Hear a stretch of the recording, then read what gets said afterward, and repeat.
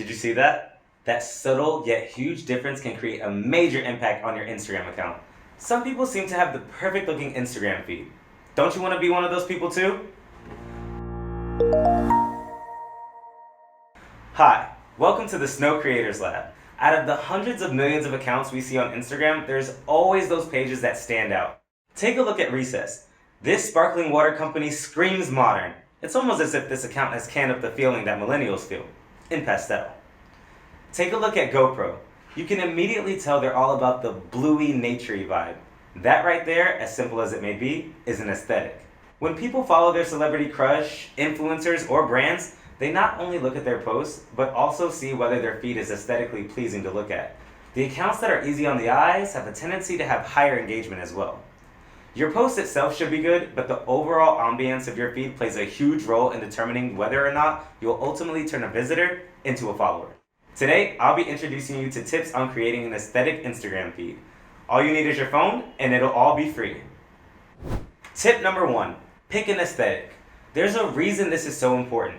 The colors you're thinking of in your head equals your own personal color palette, which ultimately equals your own branding. When doing this, you should keep in mind who your audience will be and what potential followers will have a desire to see and like.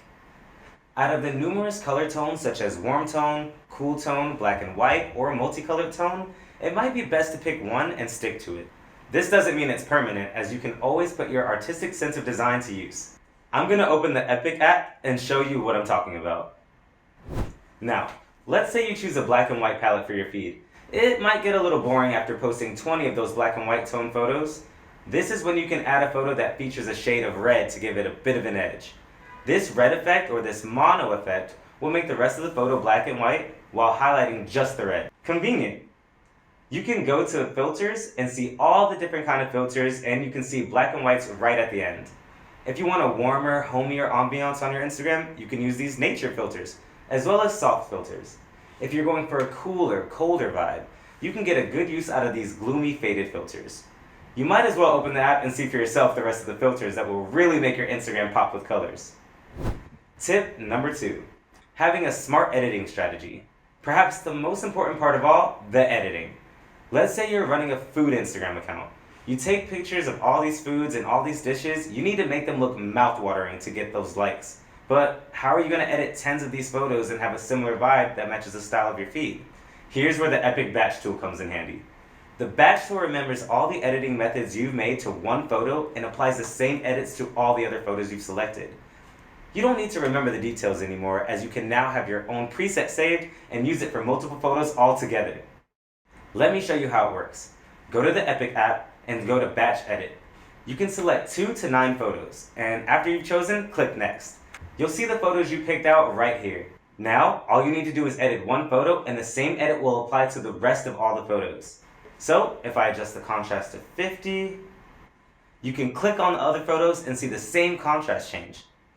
Let's warm up the picture a little bit, maybe to a 30. See? Applied to every photo. Now let's go to filters. They've recently introduced new filters just for food. This is the salt filter, the cheese filter, the grilled filter, and brunch filters. I'm going to apply the cheese filter to the photos because it really makes the colors pop. After you're done, press save. And there we are. We went from this to this. This will for sure liven up your Instagram. All done easily with the batch editing tool. Tip number 3, preview your feed.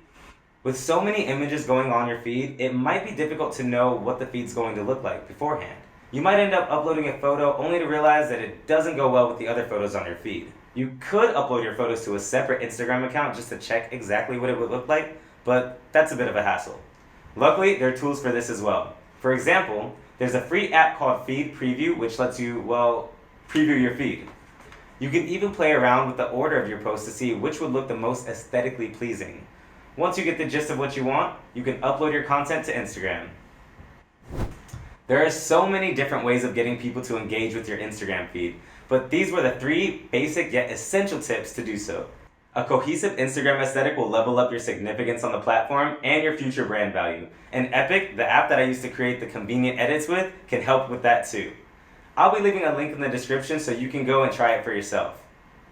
Thank you for watching, and for more tips like these, be sure to like and subscribe to Snow Creators Lab.